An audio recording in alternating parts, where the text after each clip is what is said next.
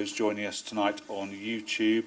A reminder, if you have a mobile phone, if you could put it on, turn it off or put it on silent. And in the event that there is a fire alarm, there are exits at the back of the room and at the front of the room, and please follow the instructions of the museum staff. Anyway, it's with great pleasure that I can introduce tonight's speaker, Barry Lejeune. I've known Barry for a number of years. Barry is, as you know, trustees, former CEO of the Friends, and he's a transport expert extraordinaire. Now, tonight's talk, Are You Being Served? I remember that as a quite wonderful TV programme, and I think Barry's talk tonight is going to be rather better. So let's welcome Barry to...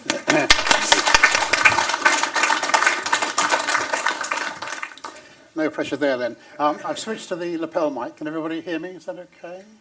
Right. Yes, I thought I'd give it a sort of jokey title, but I'm not going to overplay those references. There will be one mention of Mrs. Slocum's pussy, and that was it. What it's really about is my 37-year career with London Transport, which, as it turned out, though it wasn't the plan when it started, ended up very much dominated by what was, when I started, public relations, and was, when I finished, the same activity, but called customer services. So that's the span, 37 years. It's probably now, bearing in mind the early part of that is 60 years ago. I just realised that, my God. It's that part of my career that I can still remember, I should perhaps say, but we'll see. I wrote in the last magazine, or was it the one before, about some of the very early influences on me as a child in Ruislip in Middlesex, and what it was that sparked off my interest in public transport. I'm not going to cover that ground again, though it is effectively the cause of what came later in terms of a career, but just as a very brief synopsis. Read the article if you haven't already done so. Life in Ruislip and my local station, Ruislip Manor, where there was a branch of W.H. Smith that sold very interesting transport books, such as were available then. Local bus route was the 158 to Ruislip Lido. Underground trains were either F-stock on the fast Metropolitans or standard stock on the Piccadilly, and not very far from trolleybuses. My father had a shop in Ealing, and we used the 607 trolleybus, not all the way from Uxbridge, that was a long way, but from Ealing Common to Ealing Broadway to get to Father's shop. I was watching Leon Daniels' talk, which sadly I missed because I was away, on YouTube the other day, and I was interested that Leon showed a very similar slide to that. It's what a transport enthusiast had in the 1950s, very little. An Elan and Swatter's notebook, one or two very early magazines, but that was what we relied on to get our information and our news. How it's changed in terms of what's now available on internet, social media, and the like. So that was the building that dominated my career. My first encounter with it was still as a schoolboy on Red Bus Rover trips to look at trolleybuses and new route masters, which often included a visit to Broadway, to the downstairs Travel Inquiry Office, as it was called then, at 55 Broadway, where, believe me, it was hard work persuading the ladies who used to staff the desk downstairs, not only that I wanted a full set of bus and underground maps, but I wanted a second full set for a friend at school as well. That was a big ask. And when I left school in 1963, and decided that transport was the place I wanted to be, I made a number of tentative inquiries to British Railways, to BEA, who of course had offices locally in Ruislip, Northolt Airport, and to London Transport. And London Transport made, I think, the best offer, certainly the most speedy and efficient offer back, to employ me as a Class B clerk at the salary of £410 a year and £25 extra if I managed to get 3 A-levels, which I did just. So I started in September, on the 3rd of September 1963, as a Class B clerk in operational research. I've never quite understood how I came to end up in operational research. I was very glad I did, but there must have been some process in the summer of each year whereby all the applications from school leavers and all the then vacancies were somehow matched together, and my name came up alongside a vacancy in operational research. What is operational research? Well, if you look at the textbook definition, it's applying scientific analysis to operational problems, which I guess sums it up fairly well. The sort of thing we ended up looking at, I'm going to illustrate two particular projects in a minute, but other ones included whether automatic trains, underground trains, which were just beginning to come onto the scene, actually did deliver, initially on the central line between Woodford and Hainault, a very consistent running time. Yes, they did. We went out with stopwatches and proved that it did. A lot of investigation into the effect of one-way traffic schemes, which were being introduced in the late 1960s, and the effect both on bus journey times, because often the bus used to have to go a very long way round the one-way scheme, and particularly on bus reliability. Better at least they were on time, even if it was a slightly longer journey to achieve that.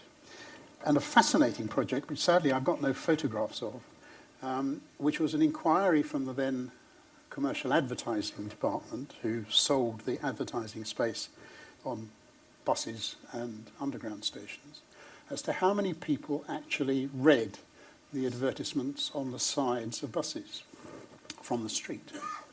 And we actually equipped an RT bus with a camera, a 35mm camera at the time, followed a carefully selected number of buses on specific routes in central London, and filmed from the bus through the top deck front window the number of people who were on the pavement alongside, and managed to count and to get some sort of estimation from those snapshots as to broadly how many thousands of people would have read a bus ad if they just happened to be looking in the right direction. We just counted the people. We didn't look to see where they were actually looking. So that's the sort of thing we got involved in. One particular project was to assess the effectiveness of something which had just come on the scene, which is BESSIE. If you remember BESSIE, the Bus Electronic Scanning Indicator, which was introduced on a number of central London routes, often pairs of routes, so that the equipment could be shared. And they had two key pieces of equipment. On the pavement, there were those very fat, some people call them pregnant, bus stops, which had all the equipment with a scanning head, which scanned a plate on the side of a bus. Sorry, I've not moved on. Which you can probably just see there to the left of the advert, which indicated that the bus with that particular number, which was on the binary code on the plate, had just passed that particular control point. And all of that information was fed back to a control room, which initially was on the third floor of 55 Broadway, but latterly moved to Mansion House. And for the first time, this gave one person the ability to see where every bus was on a particular route. Previous control had been by individual roadside inspectors, seeing what they happened to see at Shepherd's Bush, Hyde Park Corner, Liverpool Street, wherever it was, making their own individual decisions about what was best for the service on what they knew, but totally without any reference to the other inspectors who were trying the same, possibly divergent actions elsewhere on the route. So that was the philosophy behind BESSIE. And we tested that by taking days running on the routes concerned, which had not had BESSIE control, and actually fed them manually into the BESSIE system to see whether the BESSIE controllers, seeing the whole picture, could better control the route. And the simple answer was yes, they could. You got a better service out of it from that one visible control. One of the oddities was that it was often alleged that buses did not properly scan past those posts, either because there was a heavy lorry in the way. It was sometimes suggested, heaven forfend, that the bus drivers had a way of actually achieving not being seen by these posts. And so we particularly wanted to test that. And I have never forgotten the day when I was sent out with a very long metal pole, far taller than me, with one of these plates on. And I was told to go and stand in the middle of Baker Street. And every 5 minutes, because of course we had no mobile phones then, we just had to have a plan agreed in advance.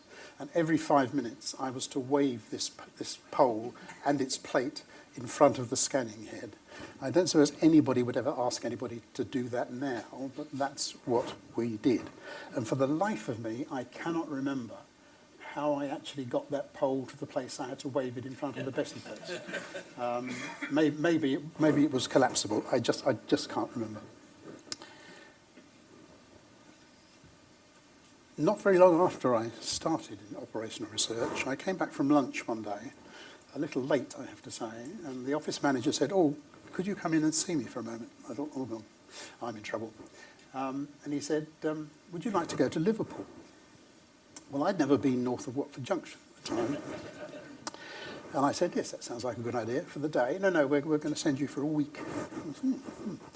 And why is that? We said, "We're looking at possibly having rear-engined front entrance buses in London, and we want to know how that might affect bus stop dwell times. And the best way to do that is to go to somewhere where they still have some open platform buses, but also have some of the then relatively new modern types." So off I and a small team of colleagues went for a week in a hotel which was far in excess of anything I'd ever known on the bed and breakfast we used to do our holidays in, and did, I think, some quite serious observational work, timing people getting on and off buses in the depths of a November winter. But I remember it was 1963, and all you heard on the street corner was the newspaper vendors saying the Beatles are going to be on the Royal Command performance in November. There were other questions, which is whether the dwell times were affected by the particular type of forward entrance bus there was. So the Bristol Low-Decker, which some of you will recognise, had an entrance at the front, but behind the wheels, not in front of them. Did that have any effect on boarding times? Not a lot, we discovered, because the key players were the operation of the doors wherever they were, and the fact that there were fewer people getting on and off, because if they had an open platform, a lot of them, unwisely, but they did, got on and off, not at stops, but when the bus was held up in traffic. And then the final one, just to round it all off, also in the depths of winter, January, I think, 1964, this would have been, was to go to Glasgow and do exactly the same. I remember Glasgow particularly because it was Glasgow Corporation Transport then, and the traffic superintendent, I think, was quite impressed by the fact that London Transport thought that Glasgow could show them something and teach them something. So he was very hospitable, but was also a very keen chess player. And his great hope, which I'm afraid we did not live up to, was that 4 people who went up from London would provide a chess team that could play chess against Glasgow Corporation. But we failed in that respect because none of us really seriously played chess. But he then discovered that none of us had been to Scotland before either. So we said, "Well, you can't come up here and not see Scotland. I know it's the depths of the winter, but I want to show you the football stadium at Ibrox Park. I want to show you Loch Lomond in the freezing cold. Let's go out and have a look." We said, "We can't. We've got to stand at bus stops and time people on and off buses." And he said, "Don't worry," he said, "I've got loads of people who can do that for you." So he literally put people at the bus stops, briefed by us as to what they had to do. And most of the observations, or many of them, that we eventually brought back were not actually done by us. We were out on a jolly at Balloch. After 60 years, I think that story can be told. And of course, out of those investigations, London Transport put a very tentative step initially into the purchase of a fleet of 50 Atlanteans and a few fleet lines. All of this analytical work was done not by computer, because we didn't have those then. We had, what is that? It's a Munro calculator, which were very efficient machines. They would multiply, divide, add up, subtract, and probably do lots of other things that I never needed to use, but tremendously noisy. They clanked away electronically. And if you really wanted to annoy someone who was working with you, you just divided 1 by 7 and let the thing run, and it just went on. It went on forever. So that was, although I think it was pure chance, just literally that. Where should we put this young man who's joining us in September? Oh, there's a vacancy in operational research. And I was very lucky because that introduced me not to traffic audit practices or bus scheduling, but to the real operational issues that were being faced by London Transport at the time.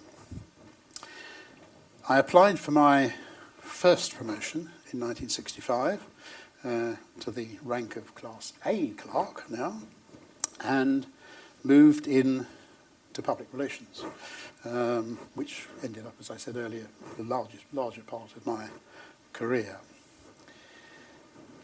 It was about complaints. Just occasionally, you got a nice commendation from someone who'd done something very nice, but day in and day out, in letters and on the phone, not by email, not by website forms or whatever, letters and phone calls, came a raft of complaints. And it rather woke me up because I thought in operational research everything's wonderful in London Transport. Then I began to see how the passengers, some of them, saw London Transport. And some of them were quite upset, either about individual staff behaviour or about the quality of service delivery. I'm going to talk about some of the odd things that came up in phone calls and letters in a minute. But before I do that, can I make one fundamental point? It wasn't an easy environment to work in. It was constant complaint, largely. And you needed to have some sort of defence mechanism, because otherwise you would have been driven out of your mind by handling complaints day in, day out. So we did have a sort of light-hearted approach to some of it behind the scenes, never, I think, in front of the complainants themselves. But whereas I'm going to focus on those light-hearted things in a minute, the process was, I believe, sound. Whatever was sent our way on the phone, by letter, was considered, responses were given, I think far more so than some of the practices you read about today in customer services of some public-facing companies. Trends were monitored, reports were written about what was upsetting people at the time. There was feedback to the operational people, both on what was being said and ultimately, not initially, we began to develop some ways of using that constructively in the training processes of bus conductors and underground station staff, so that they could see some of the things that they might do which would upset people and how they could avoid problems for themselves if they just thought a little bit more. But often there were no easy answers, because a large part of the postbag was about service delivery problems, which in the 1960s were quite challenging. So what did people say? Well, my former colleague, John Wagstaff, has written a book about some of this called, rather strangely, Are You Going Straight?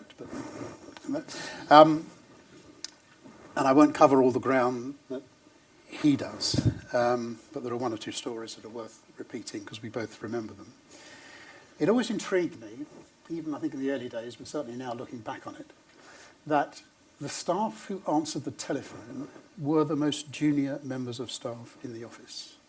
The ones who answered the letters were slightly more senior, but there was a control process for the letters because they were written and handed to somebody to check and to sign before they went. The phone was live. You picked it up and you didn't know who was on the end of that phone.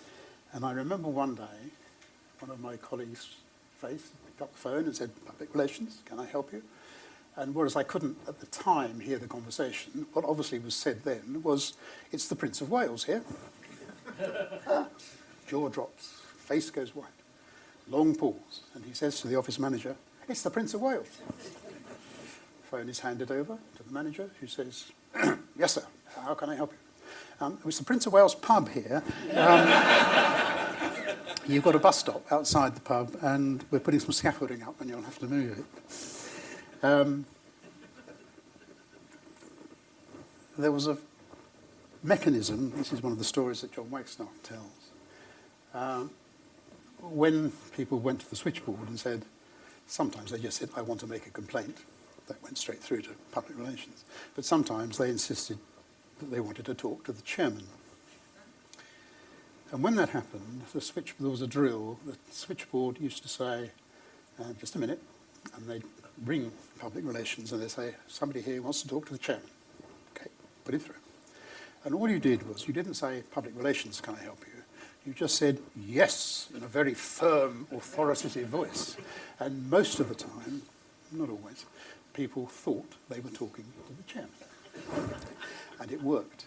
But I have never forgotten the time when I came back from lunch and found one of my colleagues standing on his desk and holding the phone above him like this and saying, "I can assure you, madam, I am in the highest possible position in London Transport."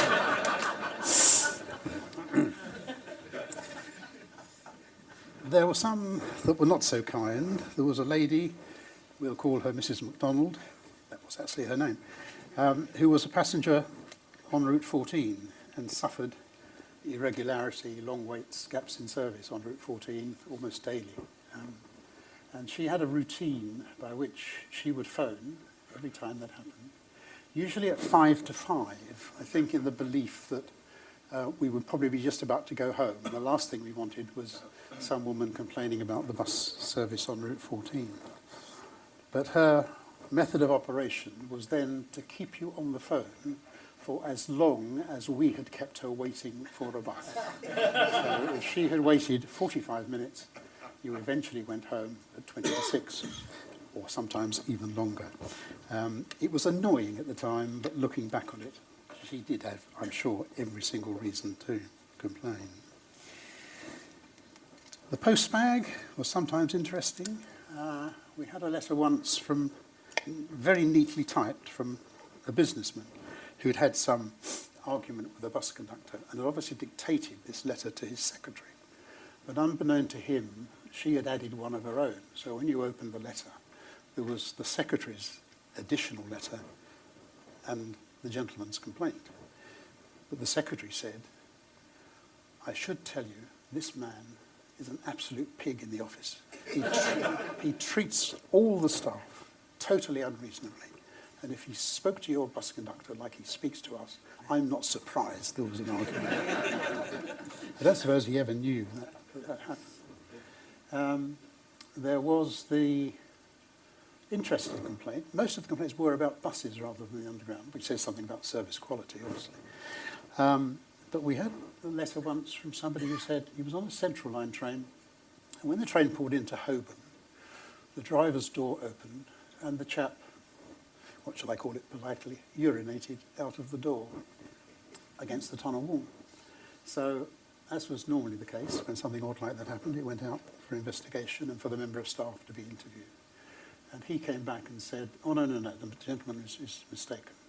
I was actually emptying my tea caddy and threw it out against the tunnel wall," which sounded plausible, so we sent that back as a response, saying this is what the driver said.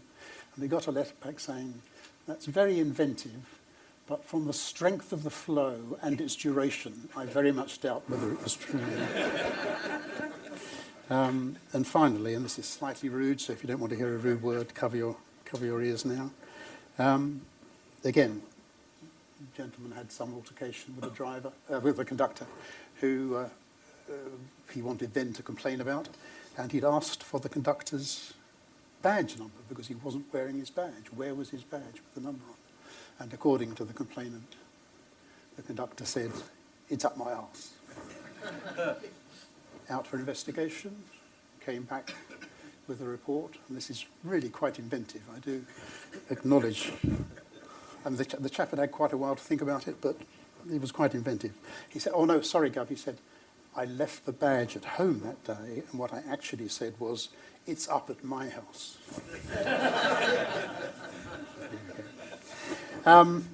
So I could tell more, but we must move on. As I say, a lot of the complaints were about service delivery, and while I was in that first spell of public relations, we had the interesting experiences of introducing flat fare buses in the suburbs, which didn't go well to start with.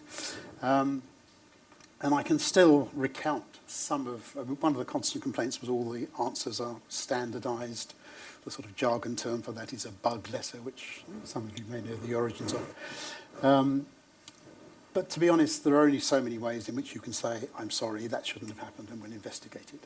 And it did amuse me. I made a complaint to TfL about 2 years ago, having been thrown off a bus that was curtailed in Whitehall that should have gone to Aldwych, without the proper transfer process being conducted.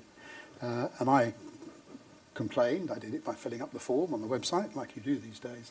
And I got back, I kid you not, the exact words in 2019, I guess, that I would have written in 1965. Almost unchanged. So these things have a very long life. And I can still cite from heart the standard letter that explained why the circle line ran so badly. I'm not going to, but I could. We moved on. I was very fortunate. London Transport had, and I believe TfL still does have, a management training scheme which is designed largely for graduates, but every year some people then, probably still the case today, were taken from inside the organisation. So in 1967, I joined the management training scheme as an internal candidate and ended up spending a lot of that time with what was still London Transport's responsibility, which was green country buses at Reigate. And indeed, I became a conductor at Reigate for 3 glorious months. That's me in my then back garden in Linfield in Sussex, in my conductor's uniform, which I certainly couldn't get into today if I still had it. And there is Reigate Garage at a slightly earlier time than when I was there. Reigate had a very large slice of interurban bus operations, basically, on 3 large trunk routes. The 405 from West Croydon to Horsham, as it then was, the 414, which ran between the same 2 terminals, but via a different route in part, and the 406s from Reigate to Kingston. They were splendid routes to work on, because although you were very busy at times, going into the places like Kingston and Croydon, you had sort of nice recovery slack times as you went through the country lanes of Surrey or Sussex. Far better to work on those than on the one town route we did, which was the 430, which I think still trundles around South Park Estate at Reigate, on which journeys you did 12 trips on a duty, and that was purgatory, but had to be done from time to time. One of the routes that a crew worked was on a few journeys running peak hours, morning and afternoon, on the 447s, which was then a driver-only route, largely run by RFs. But for the peak hours, there was a bus which shuttled between Merstham and Redhill to carry the peak loads. And it was a route on which a full-size double-decker could not go, so the allocation for that one double-decker for the peak journeys was an RLH, and for a long time, including the months I was there, it was RLH 27. Funny the things you remember, isn't it? Something always happened when I did the 447s. The first time I did it, because it was an odd journey or two on the crew rota, with all the rest of the journeys being worked by one-man drivers, a crew only ever worked it very, very rarely. And the first time I did it, and had not done it before, my driver met me in the canteen before we started work and said, "Have you ever done the 447s?" And I said, "No." And he said, "No, neither have I." Do you know where it goes?" So I said, "Well, I think so, but there was a one-man driver sitting at the next table." I said, "Fred will tell you." And he said, "Yeah, I'll tell you how to get there." He says, "When you're going to Merstham, turn right, second left, first right." And that was fine. And the driver thought, "Oh, that's good. I know where to go now." Well, he did. He knew how to get there. But of course, what he said was, and when I turn around and come back, what do I do then? And I have never forgotten that morning, because I was collecting fares on the RLH, and I was sort of looking out of the window. It's a bit difficult to look out of windows on an RLH. And I suddenly saw a bridge coming up which was 12'3". And I thought, I don't think an RLH is going to get through a 12'3" bridge. I thought, no, we've gone wrong somewhere. So 5, 6 tugs of the bell, and we had missed a crucial left turn. The one thing about an RLH was, as I say, you couldn't see anything out of it because the top deck was very low, 4 seats on the top. Nobody, I think, on the top deck discovered how close they came to meeting their maker, because they couldn't see out the windows, fortunately. So the 447s was fun. I did do a few trips on the Green Line. Don't worry about the bus on the left. Some colleagues of mine at the time, one of whom is in this room tonight, ended up being involved with the restoration of a Dennis Ace bus, which was kept for a while at Reigate, and that was why it was on the forecourt. But the 711 was the Green Line route that we operated from time to time, and the garage manager, or chief inspector as it was, very kindly made certain that as part of my training I did do at least a week on Green Lines. They were, well, it depends. If you really liked working, which I did basically, they weren't the place to be because it wasn't very challenging. Relatively limited number of passengers because it's only a single deck bus, and lots of time. You were given lots of sweets as you went down the bus. You were given sweets and chocolates and fruit and all the rest of it. But it was really quite boring because there wasn't enough to do to justify a conductor. And of course, not very long afterwards, they all became one-person operated. But the one challenge was Mondays, because on Mondays you sold weekly tickets. And weekly tickets were calculated by multiplying the fare for the journey concerned by 9. Initially, I think it had been 11 when people worked on Saturdays, but it latterly became 9. And that bit of arithmetic wasn't terribly easy, but could be done. But then you realised that you didn't issue a ticket to the value of, let's say, 37 shillings and 9pence. You had to make it up by selling 2 tickets in combination, which was 22 shillings and 4pence and 15 shillings and something else. So Mondays were challenging, but the rest of the time, quite quiet. I came off the training scheme, I say, having spent a lot of time at Reigate. Once I came off conducting, I moved into the admin offices of country buses at Reigate, and indeed was offered a post down there had I wanted it to continue my training. But as it happened, I'd applied for a job back at Broadway, which was in the commercial office, dealing with road service licensing, and as that was a substantive offer, I decided I would take that as a job rather than carry on training with London Country. Who knows what would have happened if I'd have thought differently, but that was the career path, and that was one of the junctions at which I took a fairly significant decision. But road service licensing was fascinating. It was dealing with those operators other than London Transport itself who were authorised by London Transport to run services when I first joined before the split in 1970, anywhere within the then big London Transport area.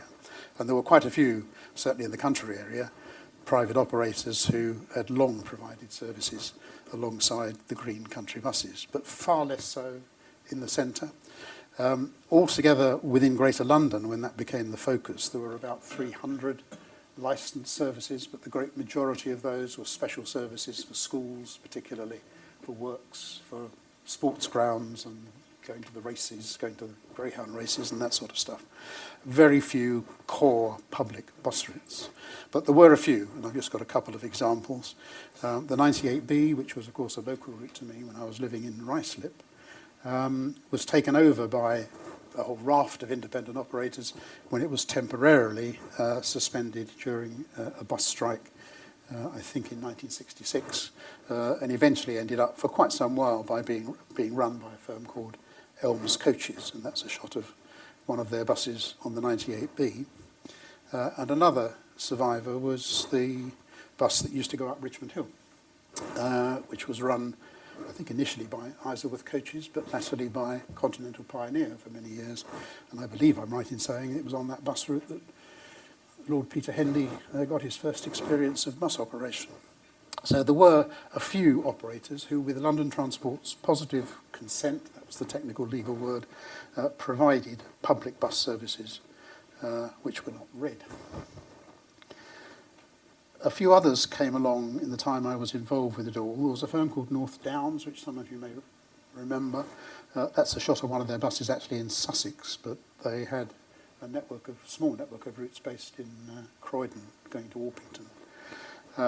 And the speciality of North Downs and its proprietor, a chap called John Wilde, was to use minibuses, running an early proponent of the minibus, which became far more common later, to run relatively frequent service with low capacity buses. Sadly, it all came to grief over various financial and mechanical problems. One of the routes, the one to Forest Dale, was passed to a firm called Orpington and District, who had similar engineering and financial challenges. And eventually, those services in Croydon went to a branch of the Tillingbourne Bus Company, who were based in near Guildford, but eventually passed to become what turned out to be eventually Metrobus, and all that followed from it as a very large company, now part of Go Ahead.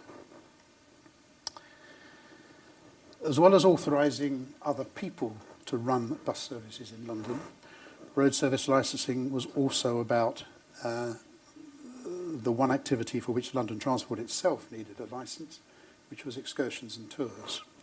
And for very many years, there was basically a carve-up monopoly, with London Transport running the Round London Sightseeing Tour, which had started, I think, in Festival of Britain, with double-deck buses, but latterly, during staff and vehicle shortages, had largely been contracted out to coach companies like Samuelson, that you see there. And it was very difficult for a newcomer to break into that market, which required a licence from the Traffic Commissioner, who basically had to take into account protection of established operators in taking the decision. And very few, many tried, but against the weight of particularly the big conducted coach tour operators like Frames and Rickards and Evan Evans, found it very difficult to break into the market because they couldn't prove there was a gap. Everything that ought to be done was being done by the established operators. But the one place that something demonstrably wasn't being done was in providing a double-deck sightseeing tour of London, because London Transport didn't do it. They used hired coaches. And a number of firms, I'm not certain the city sightseeing, which is in that shot, is anything to do with any city sightseeing that might exist at the moment, but there were some very early entrance into that heavily regulated market, just because London Transport were not using red double-deck buses. There was a fight back, of course, and London Transport started to hire in red buses from other firms, obsolete fleet in that case, I think.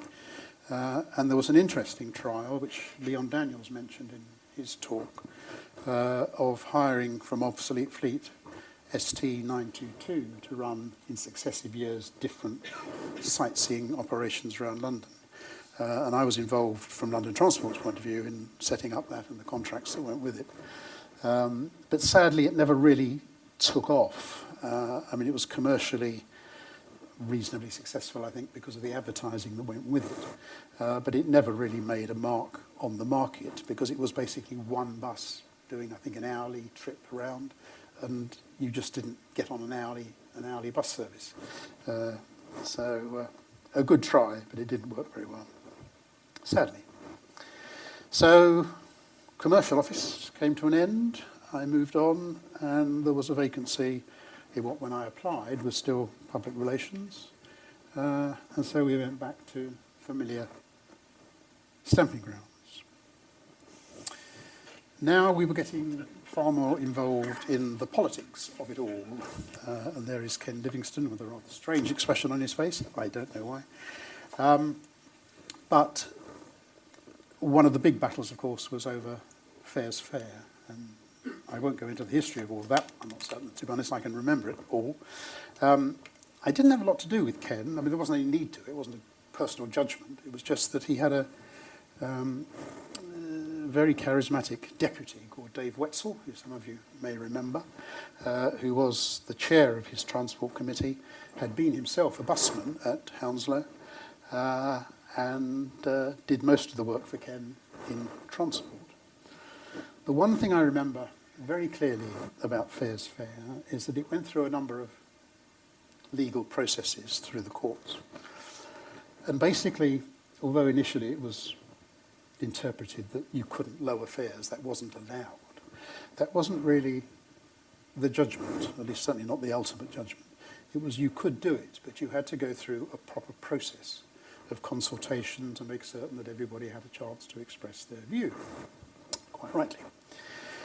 And there was a whole series of public meetings set up when the GLC was still keen to pursue lower fares, in each of the London boroughs. And I went along to the one in Hounslow with Dave Wetzel. And it was like a lot of public meetings. All people really wanted to talk about was why they'd waited half an hour for the bus to get to the public meeting. And there was really little discussion about fares policy and whether fares should be paid for out of the rates or out of the fare box. But that was what the meeting was meant to be talking about. And some old chap got up, he must have been in his 80s, and started a long diatribe, contribution I should say probably, about how the buses are never the same now as they used to be when he was a bus driver. A route like the 37 was so clearly organised. The 37s went all the way to Peckham. If it only went as far as Clapham, it was a 37B. If it only went to Putney, it was a 37C. And there was a whole list, on and on, about all the letters of the alphabet that were attached to Route 37 according to where they went. And gradually in the meeting, who is this? Can't you shut him up? Shut him up. And Dave Wetzel got up and he just said, I want to tell you two things, he said. That gentleman spent 30 years driving a bus in London. He happens also to be my father. And I've never seen a public meeting go from basically saying, shut that chap up, to, oh, he's Dave Wetzel's dad, isn't that nice? A big event, I think for London, certainly for me, was in 1983 organising the celebrations of London Transport's 50th anniversary. So we did all sorts of things. We've got some photos to show what sort of things we did. We had buses painted in gold livery, which we usually launched somewhere. That one was being launched alongside Tower Bridge with one of my travel information staff, attractively dressed. Garage Open Days, that was Croydon, yes, Croydon. Buses out into the local community. I think that's the Lord Mayor of Lambeth, if I remember correctly. And a big gala at Chiswick Works and Acton Works, Chiswick still being open at that time, when a whole host of some heritage, some current buses were on display, including the first 8, I think it was, might have been 10, route masters. Or was it? I was told, I wasn't party to the decision, but at the last minute, RM5 was unable to attend. And what attended as RM5, with all the right markings, was actually RM55, heavily disguised. We got away with it. If that's true, I've no reason to believe it isn't, but I personally wasn't involved in the decision to do it. If that's true, we got away with it, but today you wouldn't, because it would have been all over social media within 5 seconds, I would imagine. So lots of fun things for people to do. What was then Chiswick Works, now closed, of course.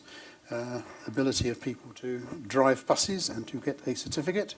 I'm not certain that particular handhold would pass the safeguarding codes of today, but we'll move on from that. We had special buses to take travel information and the associated sales activity to all the garage open days, and indeed to some places outside London. And we had a special cinema bus, which was converted from an RMC coach.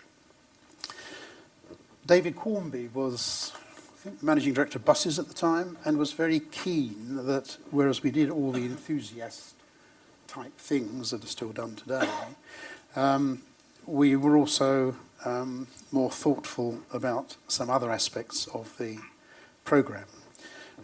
We had a Golden Jubilee book, which was written by Oliver Green and John Reed. We had a gala concert at the Royal Festival Hall, attended by His Royal Highness Prince Michael of Kent, for which a special piece of music was commissioned from Carl Davis, who sadly passed away only a few months ago. And he took as his inspiration, I think it was themes on a bus route, Route 31, and he brought in some of the ethnic music that Route 31 might have encountered on its journey through inner West London. Sadly, as far as I'm aware, that piece of music has only ever been performed twice. Once was at the Royal Festival Hall, and once, and I think only once, on a radio concert, of which I have a very, very poor recording at home. But it was never professionally recorded. If you know different, let me know, because I would love to listen to it again, being a little bit more enthusiastic for classical music than I probably was in 1983. And we also sponsored a professorship in transport studies at London University, which in fact was continued for very many years afterwards. So there was a serious side to it all, as well as the public and enthusiast engagements. So once that fund was over in 1983, I continued in public relations, became the public relations officer, became the last public relations officer because the job title changed after I left, for an organisation called London Regional Transport. Do you remember that? And the rather fuzzy eye problem-causing logo of LRT, Organising Transport for London, which really represented the beginnings of the division between the corporate body, London Regional Transport, and the operating subsidiaries, to which things were gradually devolved, including public correspondence for quite some while. So my focus rather moved away from the day-to-day issues of the postbag into more corporate affairs, relationships with the local authorities, with the London Passengers Committee, who were the consumer body, and with politicians, particularly at London boroughs.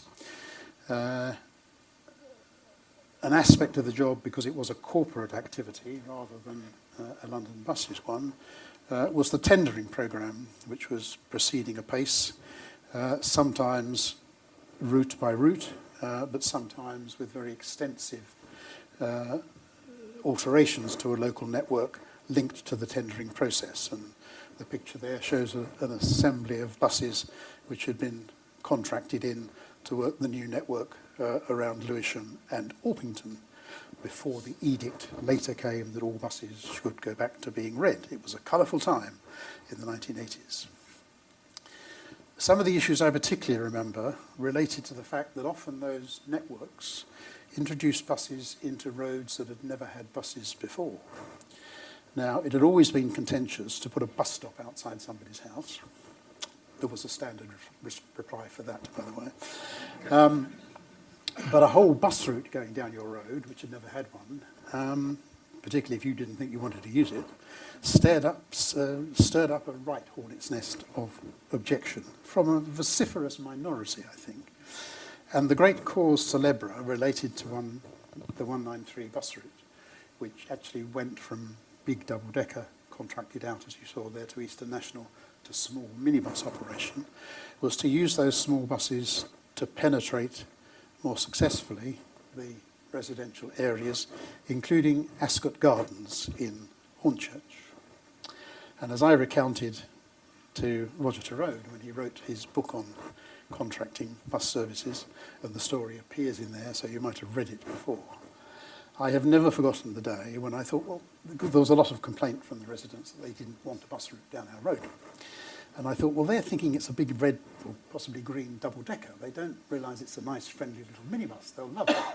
So we put a nice, friendly little minibus on the forecourt at Hornchurch Station and invited the residents to come up and have a look and hope they might say, oh, that's rather nice, we'll have that. They didn't, of course. It was a great imposition. And what, it's going to run even more frequently? Well, that's even worse then. We're going to get much more noise and confusion. And the thing I've really never forgotten is the lady who came up to me.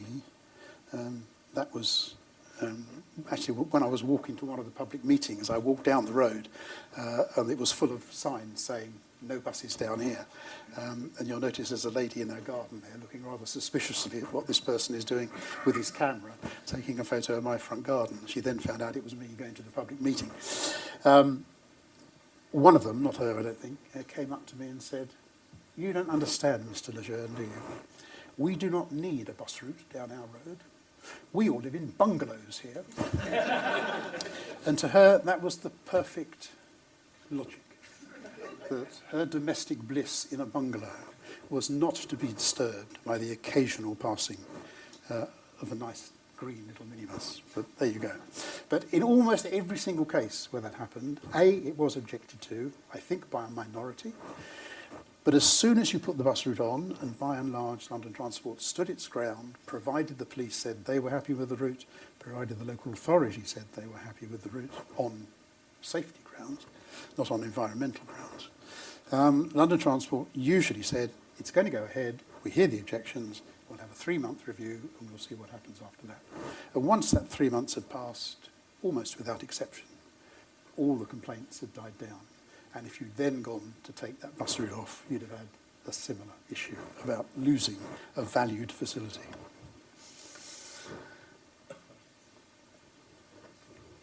A significant part of my responsibilities in the latter part of my career, from about 1986 or 7 onwards, was responsibility for the Travel Information Service as it had become.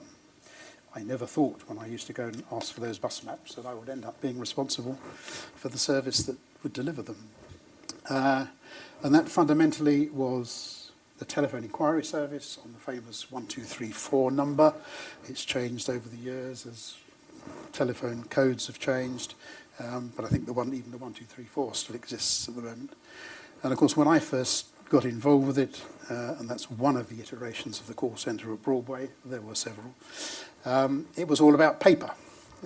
And if you rang on the phone, the first reference point for anybody answering that inquiry was a bus map and a set of bus or rail timetables, and an incredible amount of knowledge in people's head. We began to move towards computerisation, and in the very early days I was very fortunate to be sent even further than Liverpool, to Washington in the States, where they had a very early version of computerised travel information systems, and also to the Netherlands, which was also quite early and efficiently into the market. We were, I think, a little bit too hasty and came into the game perhaps more quickly than we should.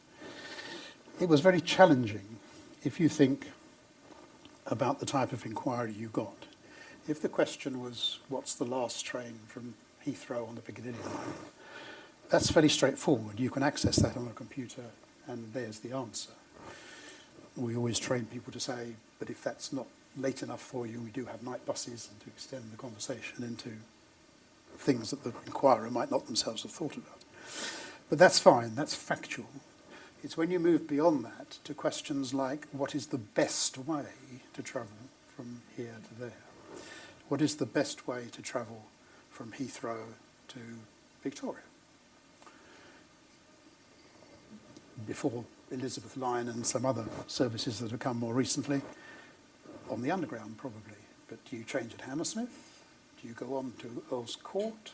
Do you even go on to South Kent? Because you get more trains from South Kent, because you'll have the Circle Line as well. All of those are very personal judgments. What's more concerning to me? Is it the stairs at South Kensington, or is it but a more frequent service, or is it the relative ease of cross-platform interchange? And those things are much more difficult, as the ongoing debate about AI still shows, to get a computer program correctly, if indeed there is a correctly to deal with. There were challenges too in the data that was then available. We were fairly swift in developing the algorithms that worked out how you might do the journey, but obviously you needed the base timetables. You needed a database of bus stops to where all the stops were. And I remember early in the process, we were looking at bus stops, and there were nearly 100 bus stops in Amersham. And we thought, well, there's no red bus in Amersham. Why have you got 100 bus stops in Amersham? And we asked the bus stop data collectors, when we can't work out where a thing is, they say it's outside a shop or something, and we don't know where that shop actually is. We just bung it into Amersham for the time, so everything ended up in Amersham. And there were things like there was a route I think operated by Metrobus, although it had a Green Line number, called the 705, which 2 or 3 times a day in the rush hours used to take people from, I think, Biggin Hill, if I remember correctly, into London as a commuter service, basically, 3 journeys, and then out again in the evening. The computer program loved that. You could do on the 705 journeys without changing that you couldn't do on any other bus route.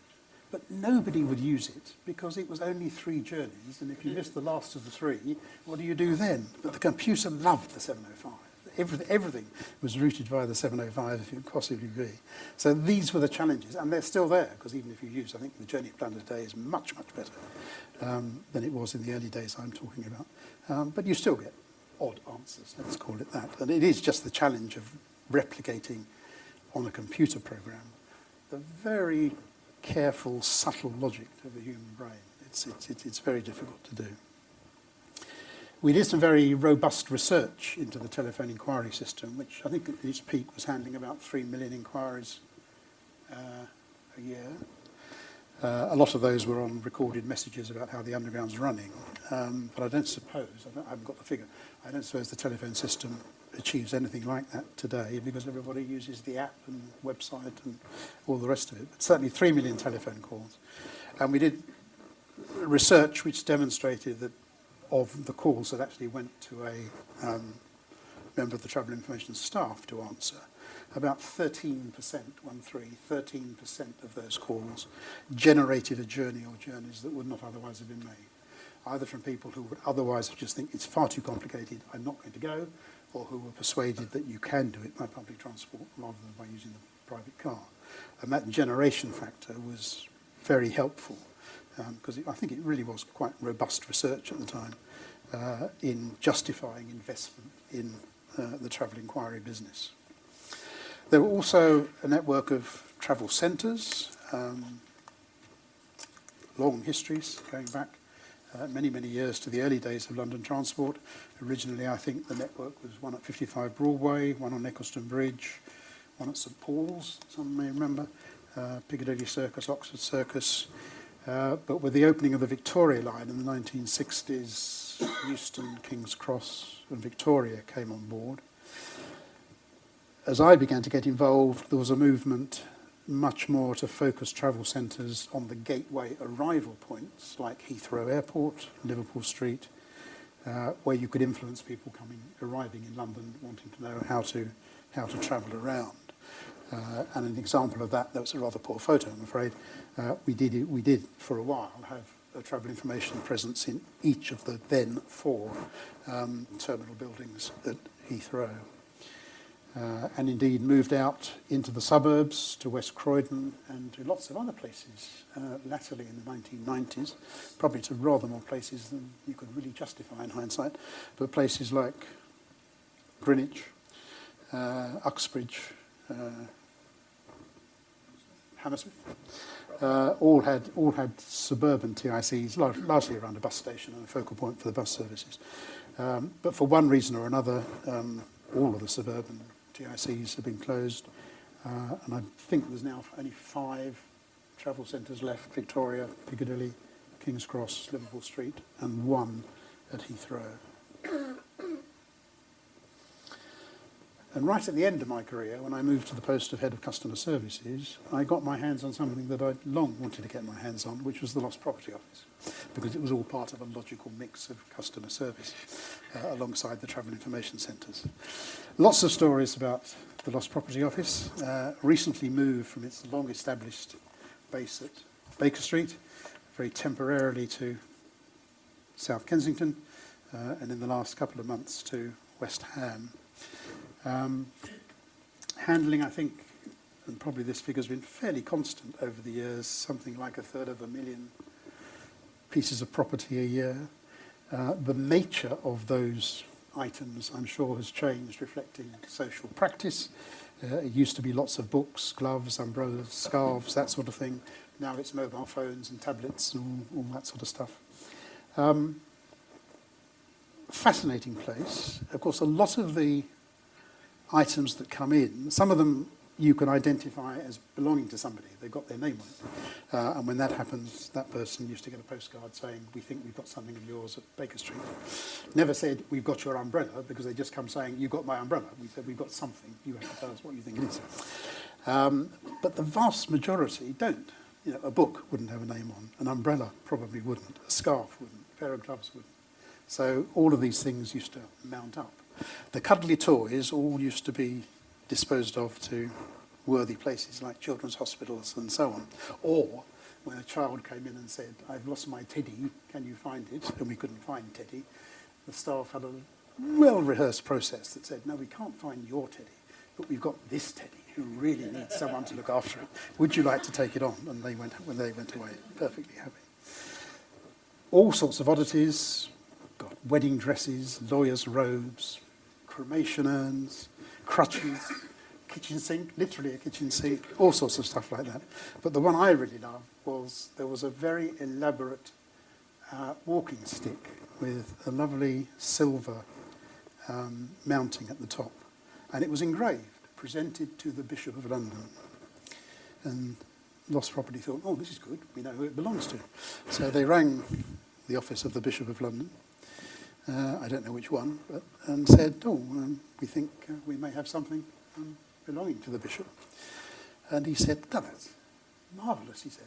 "But you do realise I lost it 10 years ago, and somebody else has had the benefit of it for all those years, but has now, like me, left it on an underground, and it's finally come back to me."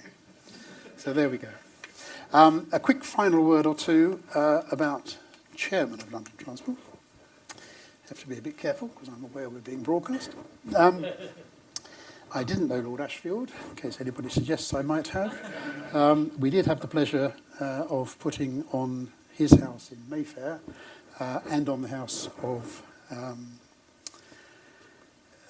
his deputy at Hampstead Heath blue plaques, which marked the significance of those properties in the history of London Transport.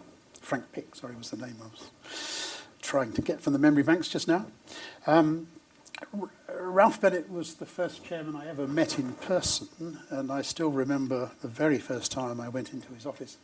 Like all chairmen, they used to sit right at the far end of the office. You came in never through the main doors, but through the outer office where the secretary stood guard. And if you were allowed through, you had this long walk all the way across the room to get to the great man sitting in the corner. And I remember going to Ralph Bennett. It was only ever something quite straightforward, writing a letter or something, to a member of Parliament, I think. And I remember thinking when I left, now I've just had this long walk to face the great man. What do I do now? Is it like royal family? Do I go outstairs or do I turn my back? And I thought, no, it's not royalty. I'll turn my back. Two really great men for whom I have the greatest of admiration. In the top middle, on the right-hand side, is Sir Peter Masefield.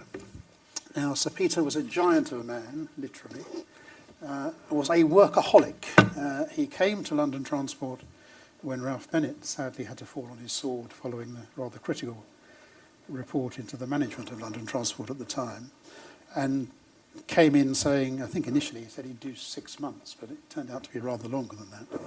And he instantaneously, just by his weight of his personality, brought the whole world to rights again. We'd lost the chairman, but we now had this great man in his stead. He was a workaholic. He lived at Reigate, and this was before his successor, the man on the right, Keith Bright, took away all chauffeur-driven cars. He used to be chauffeured from his house in Reigate to 55 Broadway. He said he used to get up at 5 o'clock in the morning. No, he didn't get up at 5 o'clock. He used to wake at 5 o'clock and spend the first hour in bed writing a whole series of books that he was writing about airships, lastly his own autobiography.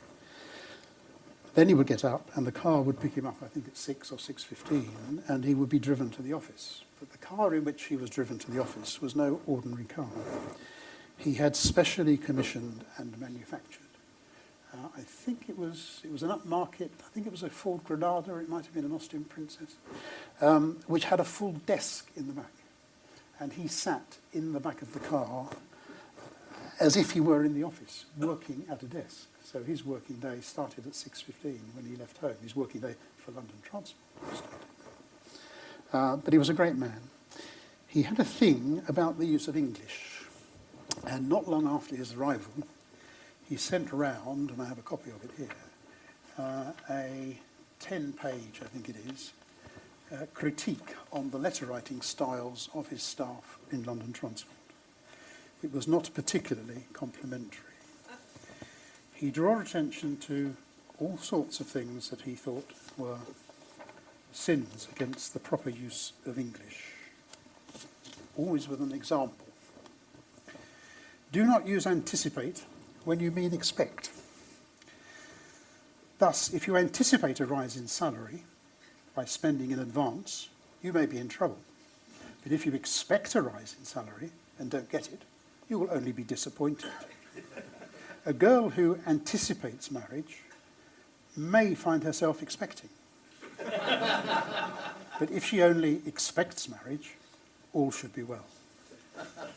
One nice little example.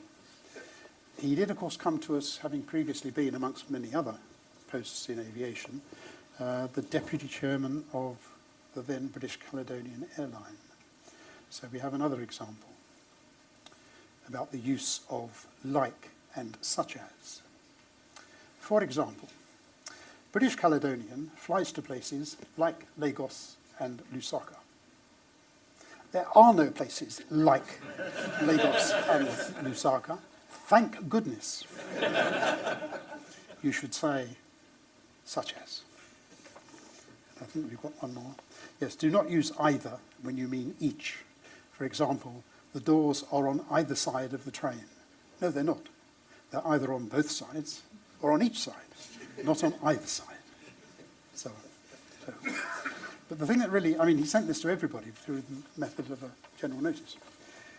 But the thing that really intrigued me was not only he had the time to do it, and I commend him for doing it because I agree with a lot of what he said. On some people's copies, including mine, he wrote, and I think, Mr. Lejeune, you should pay particular attention to paragraph 14. And if you turn to paragraph 14, it was about the splitting of infinitives, which I have never done since. I have never done since. And finally, because we must bring it to a close, underneath Sir Peter, Wilfred Newton, who again, like Sir Peter, was a man of great stature, a very friendly man. I'm sure probably if you upset him over something, he had a different side to him, but I always found him very easy to deal with, but very businesslike, and again, brought a lot of stability to London Transport, a lot of wisdom to London Transport. My story about Sir Wilfrid is when the tunnels to Bank on the DLR were constructed and had been finished, but the track had not been laid and the trains hadn't started to run. Some of us were invited during our lunch times to walk the length of the track from Tower Gateway to Bank. And the way that worked was that you arrived at Tower Gateway, probably wearing something like I'm wearing now, probably with a tie, and you were taken, some of those items of clothing were taken from you. You were given protecting clothing, including a hard hat and a pair of Wellingtons. And what happened, or should have happened, was that as you walked the track, thus dressed, when you arrived at Bank, a minibus had come along and deposited your clothing at Bank, and you were able to change into it. I did that in a lunchtime when I had a meeting with Sir Wilfrid at 2:30 and discovered to my horror that the clothing had not arrived at Bank. There had been some problem with the minibus. And so I was literally faced with the interesting choice of which was the worst scenario: appearing on time in the chairman's office, dressed somewhat bizarrely, because whereas I could get rid of the hard hat, I couldn't get rid of the Wellington boots, or wait and be late, but more reasonably attired. I decided the former was the way to go, and I think that was the right decision. And I remember saying to Pearl, who was the chairman to Sir Wilfrid at the time, and the secretary to many other chairmen as well, I better dash in, Pearl, but if he asks, I'll explain it all when I come out. But if he asks, there is a story. So I went in, had my little discussion with Sir Wilfrid, and he said not a word. He just said, thank you very much. Off you go.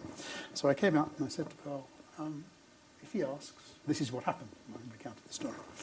And she said, that's fine. She said, if he asks, I'll tell him. And I went back about 2 or 3 hours later, and I said, did he ever ask?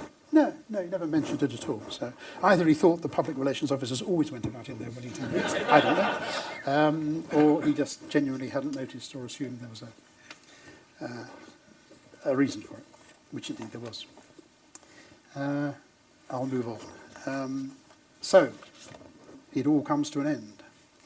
It all comes to an end in the year 2000 when LT was about to translate itself into Transport for London. You may remember that at the time the Underground was still heavily involved in the PPP process, the public-private partnership, and because of that the Underground did not come into TfL control until about a couple of years later, but the buses in other parts of London Transport did. So there was an immediate need basically to separate out various corporate functions, of which public affairs was one, customer services. And I had done that so many times with bus privatisation and tendering and so on. We'd centralised things, we'd decentralised things, we'd brought them all back together again, and I just said, look, you're going to have to split up what I control, and I'll tell you how to do that, because I've done it so many times. I know how to do it, and how not to do it. And I said, I'll do that, but there will be one remaining problem. And that one remaining problem is what you're going to do with me, because you can't cut me in half. And I said, I'll solve that for you if you make me a nice, attractive voluntary severance offer. I shall retire. And from the post of Head of Customer Services, that is what I did at the end of March in the year 2000. Not thinking that I would be back in different roles with the museum, even back to 55 Broadway, conducting hidden London tours of the building, which we sadly can't do at the moment. A few very quick final thoughts. Has London Transport served me well? It has. I think it saw potential in me that I never saw in myself. I'd mentioned two particular people, one name of which may be familiar to you, Dave Fisk, who was a great mentor to me in public relations, and prior to that, Ted Lester, who really nurtured me in the commercial office, and I pay tribute to both of those gentlemen. I think I served LT fairly well, 37 years, no major issues or problems or things I'm not being honest about. Some modest achievements. I'm very proud of what we did with the Travel Information Service. I think we did move public relations from being a very responsive, complaint-focused organisation to being a much more positive activity that supported LT in many other ways. And the 50 years activities was really great fun. There were downsides. I haven't mentioned King's Cross, but that's probably the most obvious example. And above all else, what I will say is that there are friendships which I made in the early days of my career in the Public Relations Office and associated offices on the same floor at Broadway that are still solid friendships 60 years on. And perhaps that's the biggest benefit I've taken away from the entire career. So there we are. That's me, conductor, to me not so long ago as Chief Exec of the Friends. Thank you.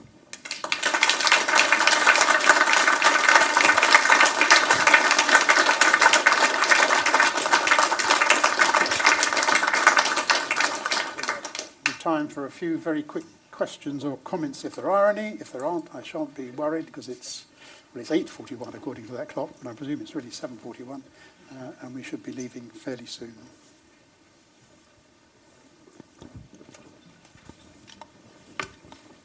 Thank you. Thank you very much, Barry. First thing, I was delighted you mentioned that paper by Sir Peter Masefield. I remember it, and I've looked for a copy of it, and I've never found one. And I just wonder if you might possibly be willing to scan it in and yes, giving us access to it on the website. It is annotated. I will have to look and see what annotations there Indeed, are. Indeed. I'm sure that can be dealt with. Give me your email later. Yes. The other thing is that I had the joy of being an area manager on the Northern and Victoria lines from the mid-70s up until the Tunnicliffe Revolution, which I think was in '89. And we were the ones who did the investigation on the public complaints, public letters. And we took them very seriously, not for the reasons you might imagine, but simply they were about the only things that were sent to us which were properly tracked. And throwing them in the waste bin was no flipping good because a copy would always be sent to us when we hadn't replied. But our attitude was, of course, with everything we did, was to avoid the operating department getting the blame. We tried to give replies which either said it didn't happen, the passenger is lying. If we couldn't do that, then the passenger was mistaken, or the third one, if it did happen, but it was the passenger's fault because they provoked it. Cynics, which wouldn't include me, also said it was a complete waste of time because the public relations people had already sent a grovelling reply to the letter, and there's a grain of truth in what I've just said, and I just wonder what your approach was to the large number of such missives you must have received from the operating people, effectively disputing what the passengers had said when it came to dealing with staff matters. We didn't have the phrase "recollections may vary," sadly. The short answer is, often it was simply to say that the matter had been investigated and followed up with the member of staff concerned. You didn't go beyond that to explain what the outcome was. Indeed, you never did divulge the full detail of any disciplinary action that might have been taken. But quite often, when we really got the impression that, yes, there was another side to this story, we did quite openly say that the member of staff had been interviewed and his recollection, I suppose this is the same as what I was just saying, his recollection differs in some respect from yours, but the opportunity, I can still recite it, the opportunity has been taken to remind him of his responsibilities in that respect. So there were ways you sort of steered a middle course.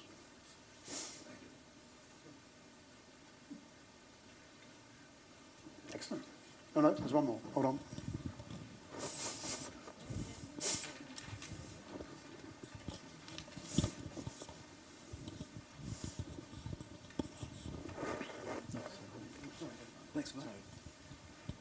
Thank you for your talk, Barry. Just one query arose in my mind. You're talking about the Lost Property Office. Mm-hmm. There's a lot of statistics have been published over the years about number of items lost and found and returned to owners. But turn it around. If I should have the misfortune to lose my umbrella or mobile or teddy bear, what is the chance of my getting it back? I think that depends on how honest you want to be. Because at the end of the day, rather like the issue about who you believe, the member of staff or the complainant, who is to say that the umbrella that you lost is not the one now being offered to you as a possibility? There were very careful processes in place to make certain that didn't happen with things like cameras and expensive items of equipment. But if it was an umbrella, of which there were thousands lost, and if you said you left it on the Piccadilly line, and of course it would never be found where you got off, it would be found at Cockfosters or somewhere and handed in. If there was an umbrella, which there probably was, which had been handed in on that line, roughly on that date, the only thing the staff can do is to say, is this it? And you're then left in the moral dilemma. If it isn't, you say, oh no, sorry, it isn't. Or do you say, yes, that looks like it, or perhaps even it's a better one than I lost. I'm sure a lot of things like that, of which there were so many, ended up with new homes, rather like the Bishop of London's walking stick. But for serious property, seriously valued property, of which in the days I'm talking about historically was largely cameras, but I'm sure now applies to laptops and all the rest of it, I suspect the process is far more stringent. Thank you.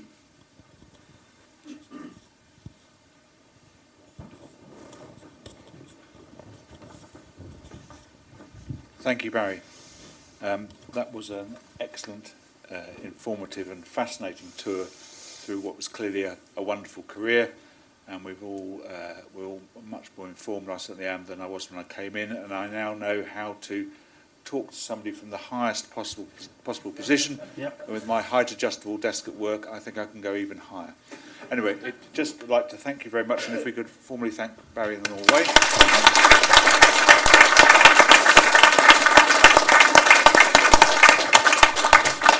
Thank you. And my very final parish notice is our next meeting is in here on the 15th of January at 18:15, where we'll be receiving a talk from Howard Smith, Managing Director of the Elizabeth Line. I understand that Howard was COO of the Crossrail project from 2013 and now operates the line as TfL's Director, Elizabeth Line, and he'll be talking about key stages in the development of the railway going right back to 1945, the construction phase and some of the learning from bringing the railway, new railway to life, ready for the royal opening last year. And my very final thing is to wish you all season's greetings and a very safe trip home, and thank you very much for coming this evening. Thank you.